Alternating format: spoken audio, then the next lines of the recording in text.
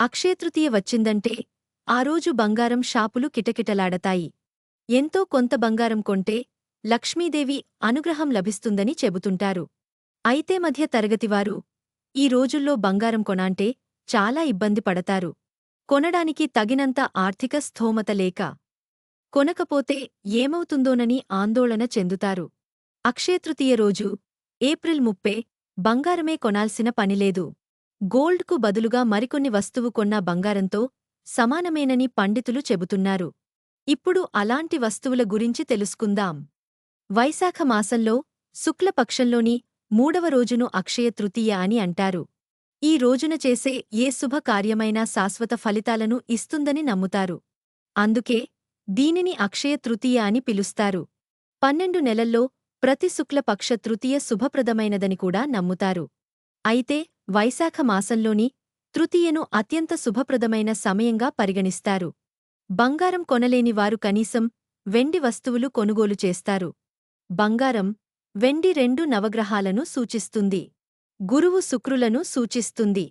కాని బంగారంతో పాటు శ్రీ మహాలక్ష్మికి ప్రతీకగా ఉండే కొన్ని శుభవస్తువులను అక్షయ తృతీయ రోజున కొనుగోలు చేయడం వల్ల ఇంట్లో సంపద, సంతోషం, మనశ్శాంతి పెరుగుతుంది. అక్షయ అంటే ఎప్పటికీ తగ్గని విలువ అని అర్థం. అందుకే కొన్ని వస్తువులు కొనడం శుభఫలితాలను ఇస్తుందని శాస్త్రాలు చెబుతున్నాయి. పత్తి, దూది అక్షయ తృతీయ రోజున పత్తిని కొనుగోలు చేసి ఇంటికి తీసుకురండి. ఈ రోజున పత్తి కొనడం చాలా శుభప్రదమని పండితులు చెబుతున్నారు. దేవుడి పూజకు దీపారాధన ముఖ్యం. దీపారాధన ఖచ్చితంగా పత్తితో వత్తిని తయారు చేయాలి కదా. ఆ రోజు పత్తిని కొనుగోలు చేస్తే ఆర్థికంగా బలపడతారని జ్యోతిష్య నిపుణులు చెబుతున్నారు. వెండి నాణెం, వెండితో తయారుచేసిన లక్ష్మీదేవి రూపు నాణెం కొనడం వల్ల సంపద పెరుగుతుందని నమ్ముతారు. మట్టికుండ, అందరికీ అందుబాటులో ఉండే ఈ వస్తువు ధనసంపదకు చిహ్నంగా నిలుస్తుంది. దీన్ని బియ్యంతో నింపి ఇంట్లో ఉంచితే శుభఫలితాలు కలుగుతాయని చెబుతారు. మట్టికుండ, గిన్నె, ప్రమిద ఇలాంటి మట్టి పాత్రలను అక్షయ తృతీయ రోజున కొనుగోలు చేయవచ్చు. బంగారం కొనలేనివారు మట్టి కుండలను కొంటే బంగారం కొన్నట్లేనని పురాణాల ద్వారా తెలుస్తుంది. అందుకే పూర్వం ఎంత సంపద ఉన్నవారైనా మట్టి కుండలనే ఉపయోగించేవారు. కొత్త దుస్తులు, అక్షయ తృతీయన కొత్త బట్టలు ధరించడం అదృష్టాన్ని ఆహ్వానించే సంకేతంగా భావిస్తారు. పుస్తకాలు, విద్యకు దేవత అయిన సరస్వతిని తలచేలా ఆ రోజున పుస్తకాలు కొనడం శ్రేయస్సుని పెంపొందిస్తుందని నమ్మకం. రాగి, ఇత్తడి పాత్రలు, శుభప్రదమైన లోహాలైన రాగి, ఇత్తడి పాత్రలను ఈ రోజున కొనడం సౌభాగ్యానికి దారితీస్తుందని పెద్దలు చెబుతారు. రాతి ఉప్పు, ఆ రోజున రాతి ఉప్పును ఇంటికి తీసుకురావడం వల్ల శ్రేయస్సు కలుగుతుందని అంటారు.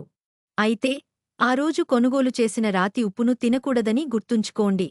బార్లీ లేదా పసుపు ఆవాలు, అక్షయ తృతీయ రోజున బార్లీ లేదా పసుపు ఆవాలు కొని ఇంటికి తీసుకురండి.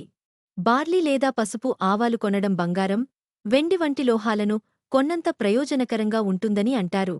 గవ్వలు, అక్షయ తృతీయ రోజున గవ్వలను కొనడం చాలా శుభప్రదంగా భావిస్తారు. లక్ష్మీదేవి కూడా గవ్వలతో పాటు మీ ఇంటికి వస్తుందని నమ్ముతారు. ఎందుకంటే లక్ష్మీదేవికి గవ్వలను అంటే చాలా ఇష్టం. ఈ రోజున 11 గవ్వలను కొని వాటిని ఎర్రటి వస్త్రంలో చుట్టి లక్ష్మీదేవికి సమర్పించాలి. ఇలా చేయడం వల్ల ఇంట్లో సంపదకు ఎప్పుడూ కొరత ఉండదని నమ్మకం.